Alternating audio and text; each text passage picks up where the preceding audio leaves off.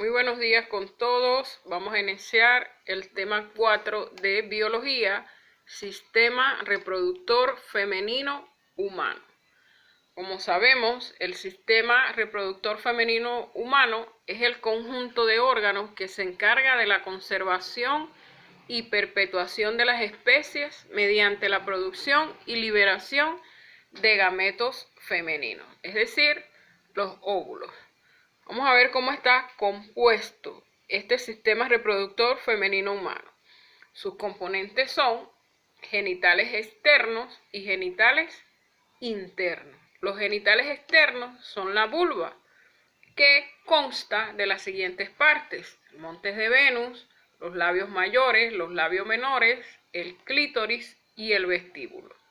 Y los genitales internos, entonces, es la vagina, el útero, las trompas uterinas o de falopio y los ovarios. Vamos a estudiar un poco más de cerca estos componentes. Empezaremos por el monte de Venus. Forma parte de los genitales externos o de la vulva y es una elevación del tejido adiposo recubierto de piel y vello púbico que amortigua la sínfisis púbica durante el ciclo sexual coital. Luego tenemos a los labios mayores. Estos son dos repliegues cutáneos agrandados que contienen tejido adiposo y glándulas sebáceas, es decir, grasa. Están cubiertos por vellos, son homólogos al escroto de los testículos en el varón. Los labios menores son dos repliegues cutáneos pequeños, delgados, rosáceos y sin pilosidad. A diferencia de los anteriores, estos no contienen grasa.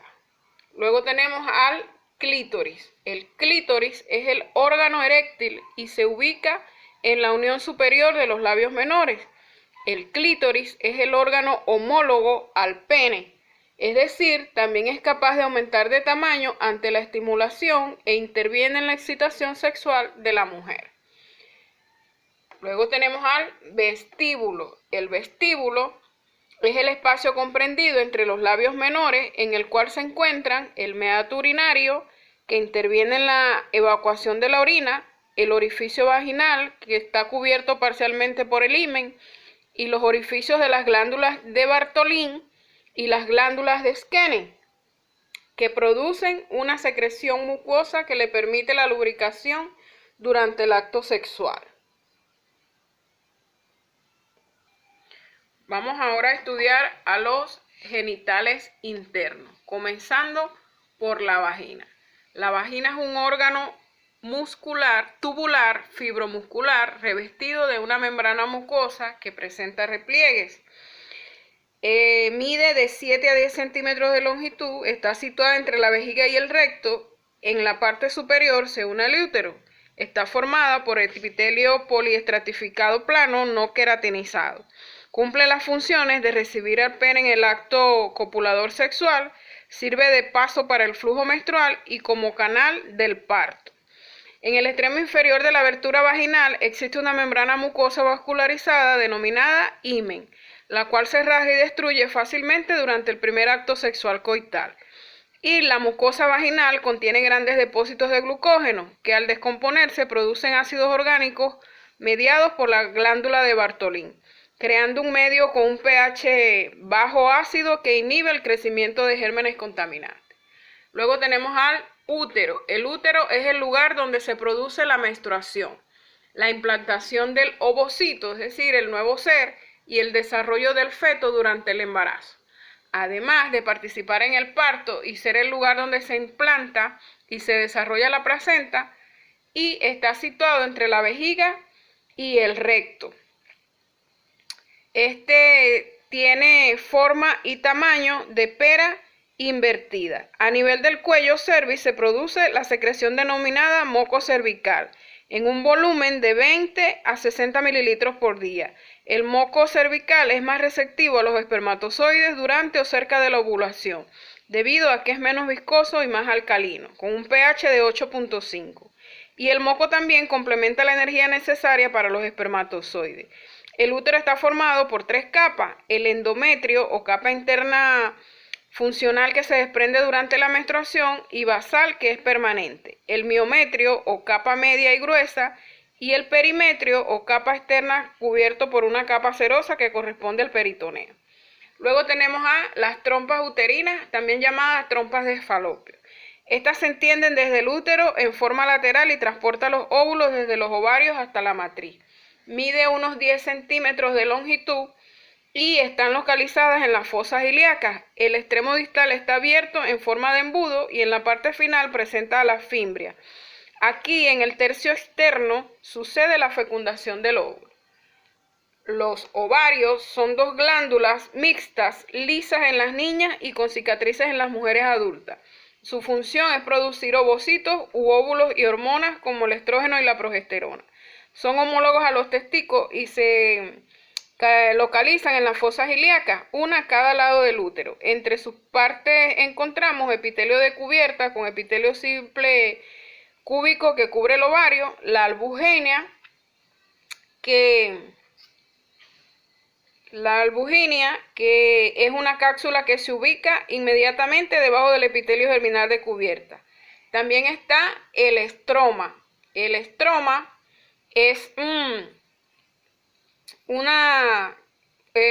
epitelio germinal de cubierta y está formado por una capa externa llamada corteza. Contiene a los folículos ováricos que luego originarán a los folículos de Graf, que después durante la ovulación expulsarán al ovocito 2. Dicho folículo maduro se degenera y se transforma en un cuerpo lúteo amarillo, elaborando estrógenos y progesterona. Finalmente, si no hay fecundación, el útero lúteo se transforma en cuerpo albicans, que es un cuerpo blanco, y por último, tiene una membrana interna llamada médula. Vamos a hablar ahora del ciclo menstrual. El ciclo menstrual se inicia con el primer día de sangrado menstrual y su duración es un promedio de 28 días, acabando cuando se inicia la siguiente pérdida menstrual. Comprende las siguientes fases. La primera fase es la fase menstrual. Esta representa la expulsión de la capa funcional del endometrio, condicionado por la disminución brusca de las hormonas ováricas, el estrógeno y la progesterona. Dura de 3 a 5 días y la pérdida de sangre es promedio de hasta 80 mililitros. La sangre perdida es predominantemente arterial en un 75% y sin coágulos, debido a que la fibrolicina lisa los coagula. Luego tenemos a la fase proliferativa. Aquí el endometrio aumenta rápidamente de espesor gracias a la hormona estrógeno proveniente del folículo en desarrollo en el periodo comprendido entre el día 5 y 14 del ciclo. Por último está la fase secretora. Después de la ovulación, el endometrio se vuelve más vascularizado y ligeramente edematoso, bajo la influencia de la progesterona y los estrógenos provenientes del cuerpo lúteo. Las glándulas uterinas empiezan a secretar un líquido claro para la nutrición del óvulo fecundado. Vamos a hablar ahora del ciclo ovárico. Este ciclo presenta la siguiente fase. Una fase folicular o de crecimiento que es preovulatoria. Desde el primer día de la menstruación, su duración es variable, siendo generalmente de 14 días en un ciclo de 28 días. Se inicia con el aumento de la secreción de hormonas hipofisiarias que estimulan el crecimiento de un grupo de folículos ováricos y estos folículos producen estrógenos que dan lugar a la regeneración de la capa funcional del endometrio. La fase de ovulación es la ruptura del folículo maduro que expulsa al ovocito y el fenómeno ocurre al final a la mitad del ciclo día 14 más o menos. La ovulación está relacionada con la elevación de la concentración de la hormona LH o luteína. Esta fase luteínica se inicia luego, es la posovulatoria y se inicia luego de la ovulación. Su duración es constante, el folículo maduro que ha expulsado el ovocito se transforma en cuerpo lúteo o cuerpo amarillo que produce progesterona y estrógeno y los que estimulan la secreción de las glándulas endometriales y la vascularización endometrial, lo cual favorecerá el mantenimiento del embarazo en sus estadios iniciales. Y si no hay fecundación, el cuerpo lúteo degenera antes de la siguiente menstruación y se transforma en cuerpo blanco. Vamos a hablar ahora de algunos métodos anticonceptivos. ¿Qué son los métodos anticonceptivos? Estas son las formas en que se puede evitar la formación de una nueva vida o de un nuevo ser. Dentro de estos podemos encontrar los siguientes: la T de cobre, que es un dispositivo intrauterino; el preservativo o condón, que son hechos de látex; las inyecciones, que son inyectables. Estos métodos, estas vacunas anticonceptivas.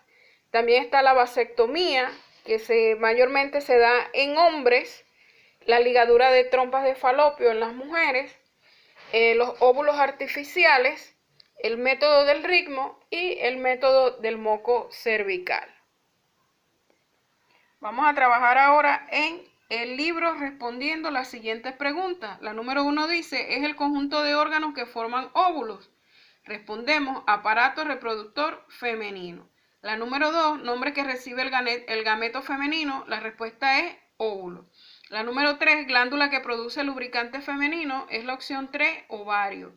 La número 4 es la capa funcional del útero. Contestamos endometrio. Vamos a completar el siguiente esquema con los genitales externos, que es la vulva. Está compuesta entonces por el monte de Venus, los labios mayores, los labios menores, el clítoris y el vestíbulo. Seguimos con la siguiente lectura sobre la ovogénesis. La ovogénesis es la gametogénesis femenina, es decir, es el desarrollo y diferenciación del gameto femenino u ovocito mediante una división meiótica. En este proceso se produce a partir de una célula diploide, una célula haploide funcional, que es el ovocito, y dos células haploides no funcionales, que son los cuerpos polares.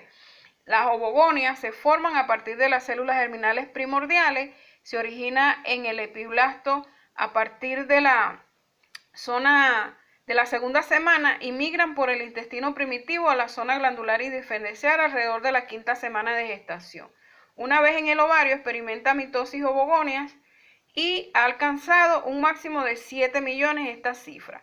Se reduce a 40.000 y solo 400 serán ovuladas a partir de la pubertad hasta la menopausia alrededor de los 50 años. Desde la semana octava hasta los 6 meses después del nacimiento. Las ovogonias se diferencian en ovocitos primarios que encuentran la profase de la meiosis y comienzan a formarse el folículo, inicialmente llamado folículo primordial. El proceso meiosis queda detenido en la profase por medio de las hormonas inhibidoras hasta la maduración sexual. Vamos a responder ahora a las siguientes preguntas. ¿Es la formación de gametos femeninos? Contestamos ovogénesis. Seguimos de acuerdo al texto y la número 2 nos dice: una célula haploide no funcional se denomina. Contestamos cuerpo polar. La número 3, las ovogonias se forman a partir de las células. Contestamos células germinales primordiales. Y la número 4, la menopausia ocurre alrededor de los, contestamos, 50 años. Vamos ahora con las preguntas propuestas. La número 1 dice: ¿son gametos sexuales femeninos? Contestamos la opción C, óvulos. La número 2, conjunto de órganos que forman los óvulos. Contestamos es la opción B, sistema reproductor femenino. La número 3, el conjunto de genitales externos. Contestamos la opción D, vulva. La número 4, la fecundación en la mujer se realiza a nivel del. Contestamos la opción C, trompa uterina. La número 5 es un genital femenino interno. Contestamos la opción A, útero. La número 6 es el órgano análogo al pene. Contestamos la opción B, clítoris. La número 7 es donde se produce la ovogénesis. Contestamos la opción E, ovarios. La número 8, conducto que sirve para la emisión de la orina. Contestamos la opción E, uretra. La número 9, trastorno o infección típica en las mujeres. Es la opción A, vaginitis. La número 10 es la función de los ovarios. Contestamos la opción A, producción de ovocitos. Te dejo entonces con la tarea para la casa, la tarea domiciliaria, la tarea de la ficha. hasta una próxima clase.